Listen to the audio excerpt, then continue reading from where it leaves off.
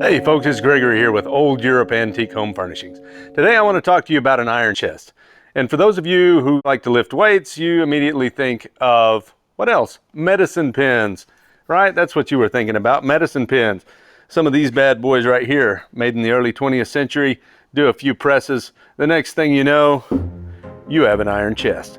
Actually, no, that's not what I want to talk to you about today. But these folks over here may know something about the topic that I want to discuss. Let's go ask. Hello, my friend. Can you tell us where we might find an iron chest? No. Well, okay. Well, I guess he doesn't want to talk about it. How about you, my friend? What do you have to say? Can you tell us how to get an iron chest? Maybe not the right guy to ask. The type of iron chest that I'm talking about was an intermediary between chests and lock boxes and what we know today as a modern safe. So that's what I want to talk to you about today. And in fact, I have one that I'd like to show you. And so we're going to go right in here into the front office and we'll have a look. All right.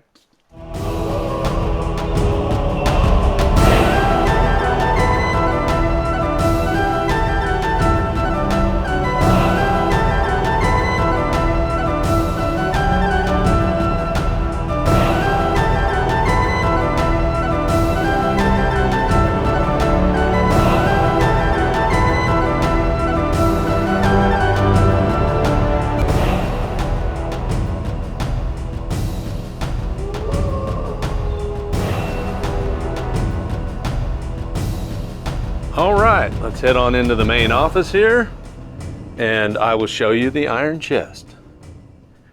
And voila, there it is. Beautiful late 18th century authentic iron chest. And those are not easy to come by. But before we go into detail on the chest, I'll give you a quick glimpse around the office here. I've kind of decorated it in a nautical theme. We start with this Georgian period green leather top desk. It has a neat little vintage elephant telephone with an 18th century portrait above, a dual arm oil lamp, a 19th century landscape above the vitrine, and in the vitrine we have two Staffordshire figurines and some enamel painted Romer glasses, a Johnson Limited globe, and a brass and mahogany spyglass by Nairn, both British and both from the 19th century. And of course the obligatory painting of my very favorite place in the world, Venice, Italy. This used to hang in my father's business when I was a boy and it brings back so many memories. Also, we have this Philco model 38-3 console radio, and it was made in about 1938. It's amazing when you stop and think that people were listening to World War II broadcasts on this piece of equipment. It's not very useful today. You can only pick up AM radio stations. A 20th century green marble top commode and a ship's wheel. Some green glass buoy balls from the Mediterranean and a model of a Spanish galleon. One last thing I want to show you here. This painting, I found this painting and it was not labeled, but I recognized it immediately. That's Lauterbrunn in Switzerland. That waterfall is unmistakable. I was actually there in 2019. The Antiques Fair in Parma, Italy had flown me over there to participate in the festivities in the fair. Now here you can see some footage that I took when I was at the fair in 2019. I still wish that I had bought that set of green chairs. But after that, I went up into Switzerland because I've always wanted to see the location for filming of the movie On Her Majesty's Secret Service. It's a James Bond movie. Here you can see a picture that I found showing George Lazenby as James Bond, his one and only appearance as James Bond, and Telly Savalas as the villain Blofeld, standing in front of Piz Gloria, which is the restaurant where they did much of the filming for the movie. That was the villain's lair for Blofeld. Lauterbrunn is down in the valley. So in order to get up to the Schilthorn, you have to first take a cable car up the sheer side of the cliff. And when you get to the top of that, you're roughly even with the waterfall where it starts to fall that you can see in this painting. And from there, you take a short little train ride right along the ridge there, looking down over the cliff. And here you can see some footage that I took of that train ride until you get to the little village of Murin. Once you arrive in Murin, you have to walk until you get to a series of ski lifts or cable cars, which then take you further up into the mountains to the Schilthorn itself. Now the restaurant Piz Gloria is on top of the Schilthorn, and that was the location that they used to film much of the Bond movie. Here you can see the final ascent as you're approaching Piz Gloria at the top of the Schilthorn. Oh look, there I am with James Bond himself on the top of the world. Much of the interior of the building has actually been changed since they shot the movie, but one of the most recognizable features of the building is this staircase, so I took a shot of that as well. That was very fun. Now we have a few other things here. Early 20th century French automated singing bird. It does actually work. And some fencing items here. Last but not least, the history of civilization. And I'm sure if you're watching this channel, you probably have some interest in the history of civilization. Now let's get back to this iron chest. So what I'm going to do is put the camera down for just a second on a stand so that I can show you the lock mechanism and how we open the chest. Okay, now I want you all to wish me luck because this can be a little bit tricky. So this is a two-part locking mechanism. The first thing you have to do is you have to open the cover plate. And the way you do that is with this little tool right here. There you go, you can see that. Okay, so what you do is you take this, put it in here like this, and you lift up the interior locking mechanism. Oh, look at that, it worked.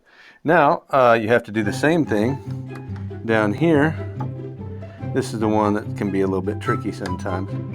And I really hope that I can get this unlocked because I've got some valuable things in this iron chest that I would like to show you. So let's see if we can get this contraption to unlock here.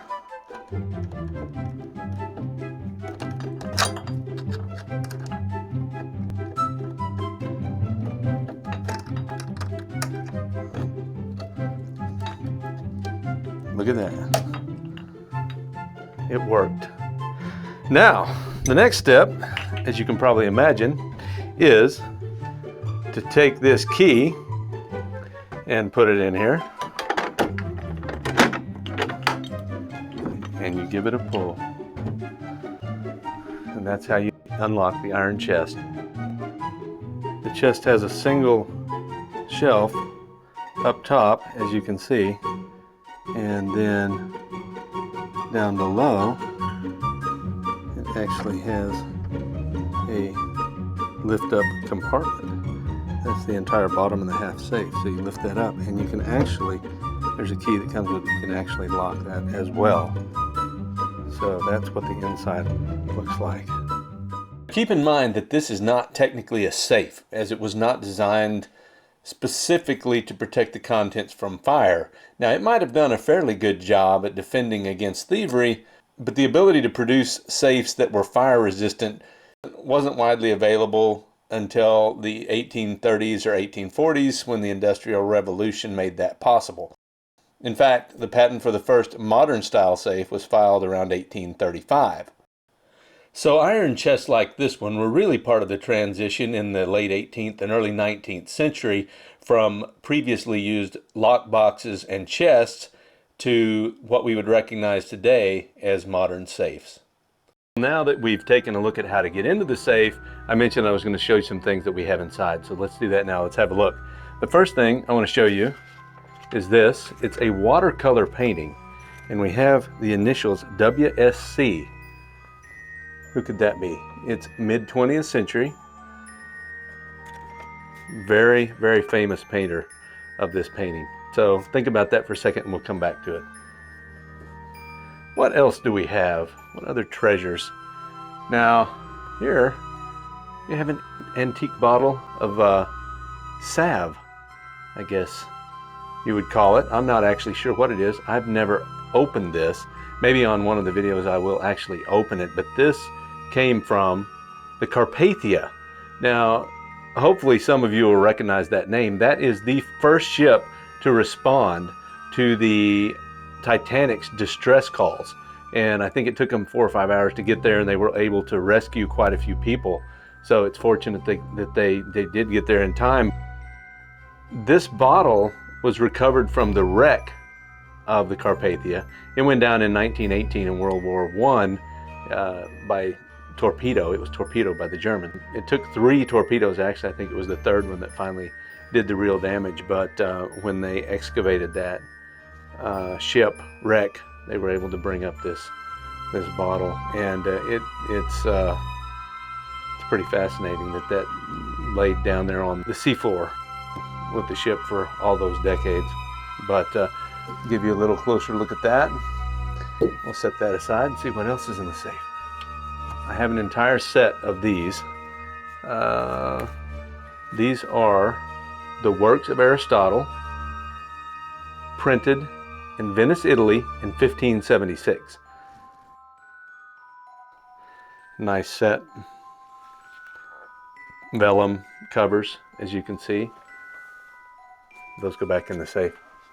I even have a letter for when these books came over from, where did they come over from?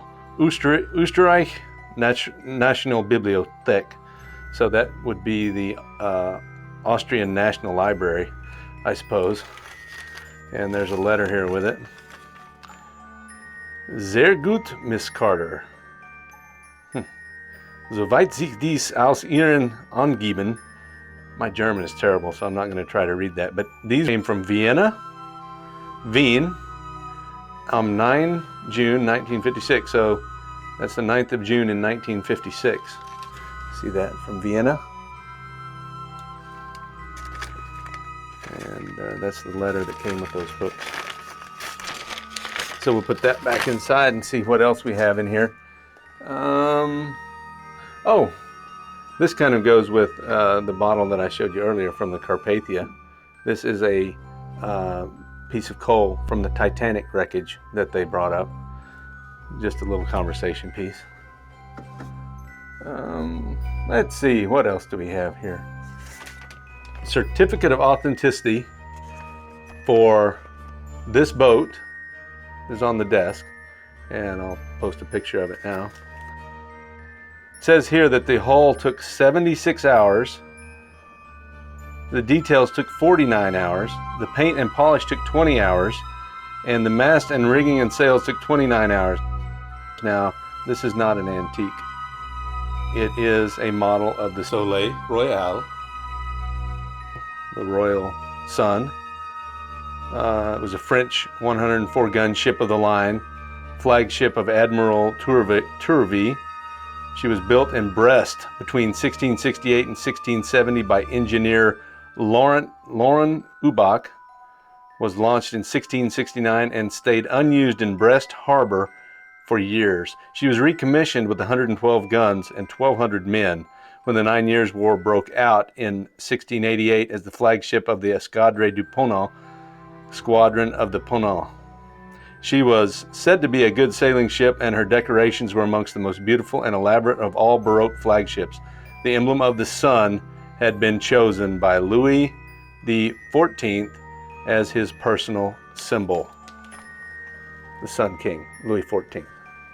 That was made during his reign. And I have one other thing that I want to show you in the iron chest. It is none other than an egg. Actually, not just one egg, 2 eggs. Whoa! There's one of them, and there's the other. Now, some of you will recognize that those are reproductions of Fabergé eggs, the Russian company. that made, or Carl Fabergé, he was actually a person in the 19th century. He made eggs. In fact, he made a lot of royal eggs for important people in Russia. He was a Russian jeweler, best known for the famous Fabergé eggs made in the style of genuine Easter eggs, but using precious metals and gemstones rather than more mundane materials. He was one of the sons of the founder of the famous jewelry legacy house of Fabergé. I can remember the first time that I actually heard of a Fabergé egg. It was a James Bond movie, and Bond went into an auction where one of these eggs was being auctioned, and it was called, the lot was called The Property of a Lady. And I don't know if that was the name of the lot or the actual name of the egg. I should probably know that, but he went in there with a duplicate, a replica of the egg. And when the lot came up, he motioned for him to come over like this, and they brought it over on the tray, and he picked it up off the tray, and he held it like this, and he had his little program or whatever, and he brought it under here like this, switched it out while it was under this page, and then handed them back the fake. And the operative that was there with him was horrified that he had done that. But anyway, let me get back to this painting, because I told you we'd come back to this painting, and I'm sure that some of you know by now who this is. Initials are WSC, and this is a watercolor by a very famous wartime personality. In fact, one of my favorites in World War II, it's Winston Churchill. He painted this. So I'm very proud to have this around, and we'll put that back in there. All right, folks. Well, that's it for this video. I hope you learned a little something about the iron chest and maybe the history of the safe, and enjoyed the other things that we talked about. Please hit the like button and subscribe to the channel so that you can see all the other videos that I'll be putting out, hopefully in the near future. And have a great week. We'll see you next time.